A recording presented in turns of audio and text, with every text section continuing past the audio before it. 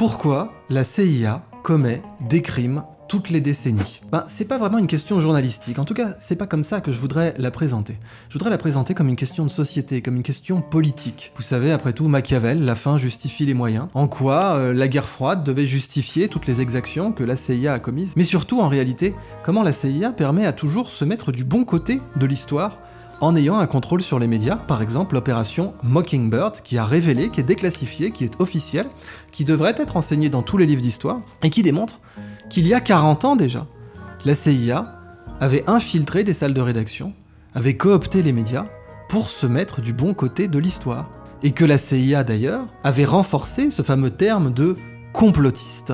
Complotist Conspiracy Theory, qui existait avant, certes, mais il est devenu à la mode après l'assassinat de Kennedy pour essayer de discréditer toute personne qui aurait osé envisager que la CIA ait pu prendre part à l'assassinat de ce si gênant Kennedy. Je rappelle qu'aujourd'hui, Robert Kennedy, son neveu, affirme très officiellement que selon lui, le suspect numéro 1 dans l'assassinat de Kennedy est la CIA. Eh bien, ce terme, théorie du complot, conspiracy theory, est aussi apparu, est devenu à la mode, il existait avant encore une fois, mais est devenu à la mode à cette période. Donc pourquoi on n'enseigne pas dans les livres d'histoire face à toutes ces officines plus ou moins controversées, plus ou moins sulfureuses, qui vous parlent de stigmatiser les complotistes et qui pratiquent donc ce que le philosophe français Alexis Haupt a appelé la complot-foutaise, le complot-sophisme, à savoir traiter quelqu'un de complotiste quand on n'a pas d'argument. Et puis, rappelons toutes ces théories du complot, encore une fois, qui se sont avérées être authentique. Dernièrement, je rappelle que vous avez encore une minorité de gens qui pensent que les Russes ont fait péter leur propre gazoduc dans l'affaire Nord Stream. Donc comment la CIA fait pour être toujours du bon côté de l'histoire? Elle infiltre les salles de rédaction, on le sait depuis l'opération Mockingbird,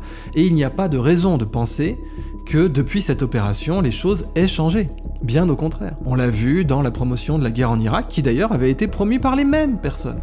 À l'époque de la guerre en Irak, vous aviez une officine très sale qui s'appelait Campus Watch, qui avait été créée par un certain Daniel Pipes, et qui stigmatisait tout universitaire qui était contre la guerre en Irak en 2003. Aussi simple que ça. Campus Watch, C-Watch, ça vous rappellera peut-être quelque chose. C'est normal, c'est la même procédure, le terrorisme intellectuel à chaque fois. Alors la CIA, maintenant, est-ce que la fin peut justifier les moyens?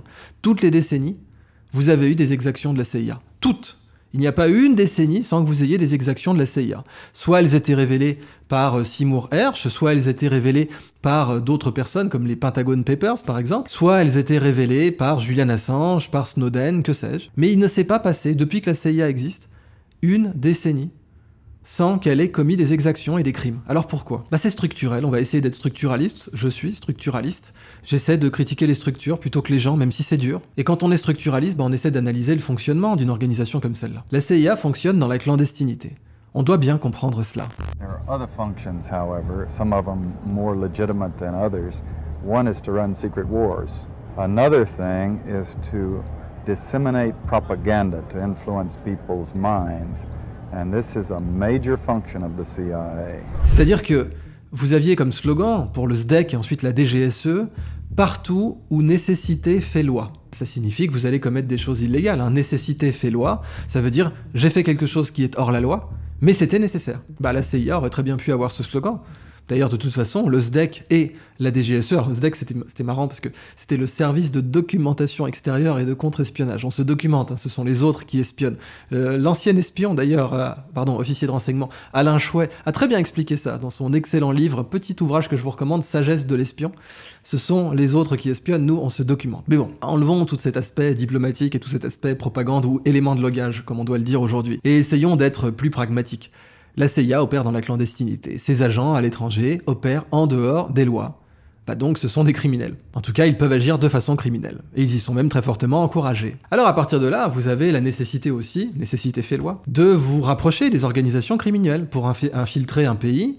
C'est très bien de vous rapprocher des organisations criminelles. L'OSS, l'Office of Strategic Service, a utilisé Lucky Luciano et la mafia italo-américaine pour débarquer en Sicile dans l'opération Husky. C'est une des raisons pour lesquelles le général Patton, qui était pourtant un excellent général par ailleurs, a progressé aussi vite en Sicile. Ensuite, vous avez bien sûr l'OSS qui a placé des mafieux à la tête de l'AMGOT, ou dans des points clés, des centres névralgiques de l'AMGOT, l'American Governance of Occupied Territories, et vous avez même eu des mafieux qui sont devenus maires. Je pense à des noms comme Calogero Vizzini ou bien Vito Genovese. Et ça, évidemment, c'est très intéressant, parce que quand vous voulez infiltrer un pays, Passer par son crime organisé, c'est une excellente façon de le faire. Du coup, certains pays sont obligés de contrôler leur crime organisé. Ça a été le cas de la Russie, encore aujourd'hui. Vladimir Poutine contrôle l'essentiel en sous-main du crime organisé russe pour éviter toute infiltration. Mais le Parti communiste chinois contrôle aussi l'essentiel des triades pour éviter toute infiltration. C'est bien pour ça que quand vous avez des révolutions colorées à Hong Kong, eh bien la CIA ne peut pas passer par les triades, elle passe par des ONG, et par contre les triades, elles, vont réprimer massivement ces révolutions colorées, parce que ces triades sont contrôlées en sous-main par les services chinois. Les triades, d'abord elles pensent à faire leurs affaires, et ensuite, quelquefois, elles ont montré une certaine indépendance. Je parlais de l'affaire de Tiananmen.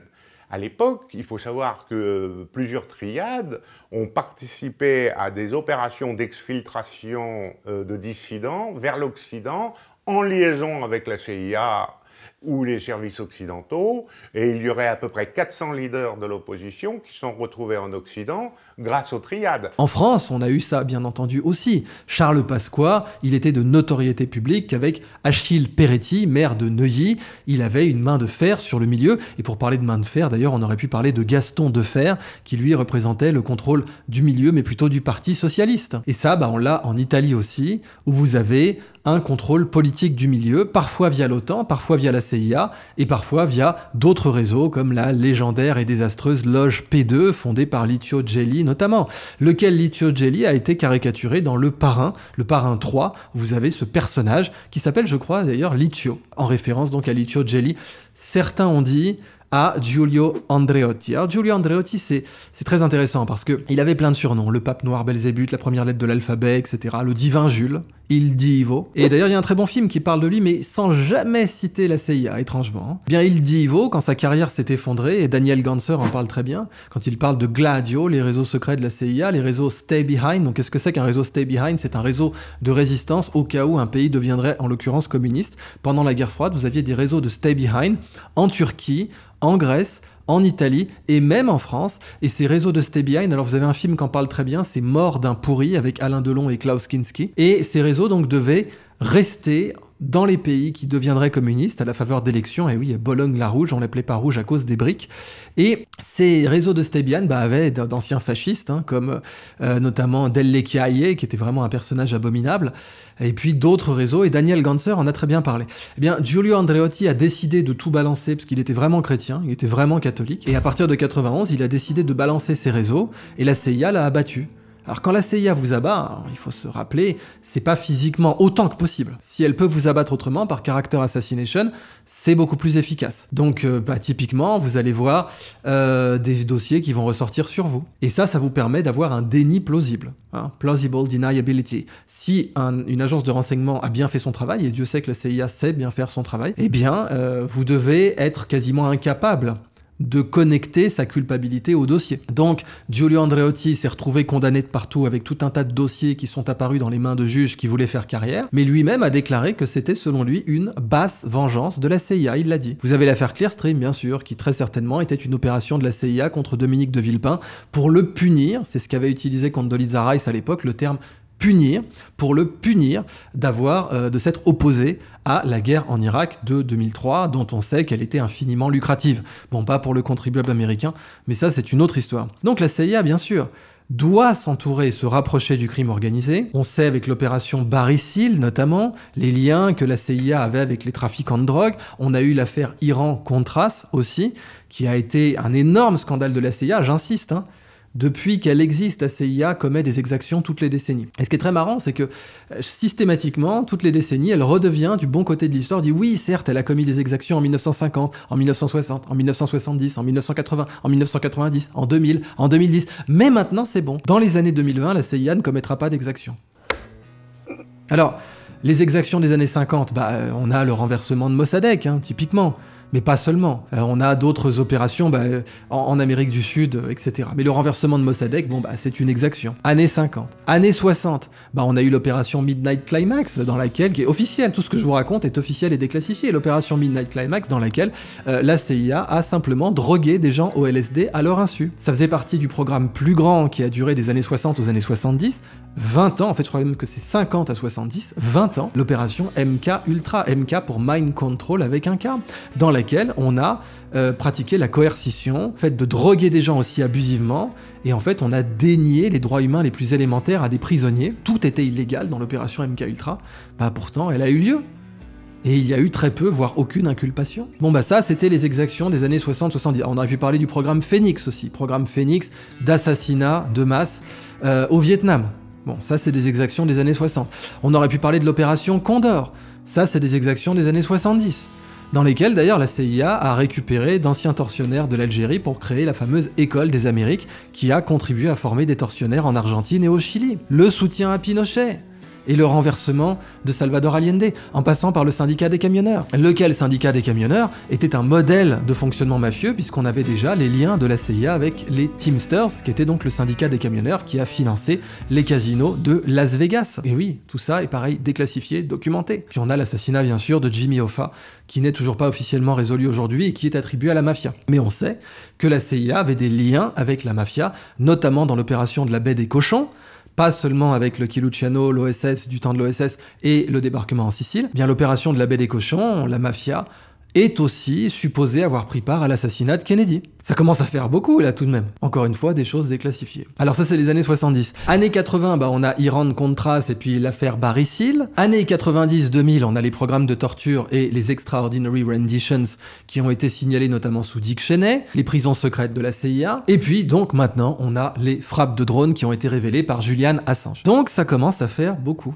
Mais encore une fois, pourquoi? Bah c'est structurel. Je vais pas exonérer la CIA et les agences de renseignement qui font la même chose, que ce soit le SVR côté russe ou les services chinois, que sais-je. C'est structurel.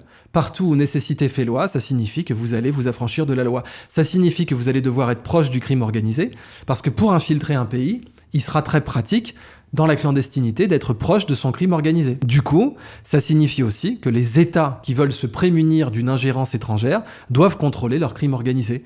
Ça vous paraît complètement cynique, ça l'est, mais c'est malheureusement Machiavel dans ses œuvres, à savoir, si vous ne contrôlez pas votre crime organisé, comme du temps de Defer et de Pasqua, eh bien c'est l'étranger qui va l'utiliser comme point d'infiltration. Et c'est pour ça que le Parti communiste chinois a un contrôle de fer sur les triades, et c'est pour ça que Poutine et les services russes tiennent d'une main de fer la mafia russe également, autant que possible. Bien sûr, des oligarques ont été renversés par le MI6. On a eu certains cas d'oligarques qui sont morts dans des circonstances très troubles à Londres et aussi, bien sûr, aux États-Unis. Mais d'une façon générale, l'aspect structurel du fonctionnement des services de renseignement, le fait qu'ils sont naturellement clandestins, le fait que leurs opérations sont criminelles, sont illégales, nécessite leur pénétration du milieu. Et on l'a vu dans le cas de Giulio Andreotti, on l'a vu aussi dans le cas de Berlusconi, qui là aussi du jour au lendemain s'est vu reprocher tout un tas de choses qu'on lui pardonnait quand il était pro-américain, quand il était pour l'invasion en Irak par exemple, pas de problème, ses dossiers ne sortaient pas.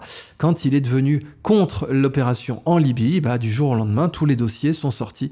Et ça, encore une fois, c'est le déni plausible. Alors voilà, la CIA, un sujet de société, vraiment. Parce que, après tout, le KGB faisait pas mieux, et le SVR aujourd'hui ne fait pas mieux, même si le SVR est beaucoup moins puissant que le KGB. Le KGB était de loin le meilleur service de renseignement au monde à l'époque, et parlait déjà de ces méthodes de subversion dans les campus, de démoralisation, des méthodes vraiment pour faire en sorte que l'ennemi, après 20 ans, n'ait plus envie de se battre et qu'il puisse même gober toutes les conneries qu'on pourrait lui faire gober. Ça, le KGB est extrêmement fort là-dedans. Alors oui, en face, la CIA s'est dit, attendez, le KGB, qui est issu du NKVD, qui est issu de la Tchéka. La Tchéka, c'était des barges, mais des méga barges. J'ose même pas le dire, il vous dépeçait. C'était médiéval. On pourrait rigoler en mode vraiment Pulp Fiction, je vais te la jouer à la flamme bien moyenâgeuse, comme dit Marcellus Wallace dans Pulp Fiction. Mais eux, ils faisaient ça pour de vrai. Le NKVD, la Tchéka de Trotsky, c'était des vrais dingues. Il vous faisait disparaître, il vous torturait. Et d'ailleurs, ce qu'avait dit Khrouchtchev quand il y a eu un coup d'État contre lui, par Brejnev, Khrouchtchev avait dit, mais vous imaginez, avant, du temps de Staline, Khrouchtchev avait été critiqué par Brejnev. Il a dit, on lui avait lu une longue liste d'accusations, etc.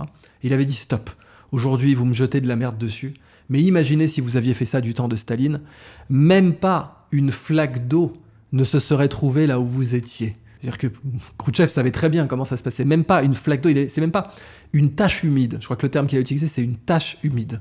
Là où vous vous trouvez, même pas une tache humide n'aurait subsisté. si le NKVD, la Tchéka, le KGB ensuite s'étaient occupés de vous. Donc oui, c'est ça le problème. Mais on pourrait conclure avec cette magnifique, légendaire citation de Martin Luther King, qui lui a été persécuté davantage par le FBI que la CIA. Bien, l'obscurité ne peut pas chasser l'obscurité. La haine ne peut pas chasser la haine.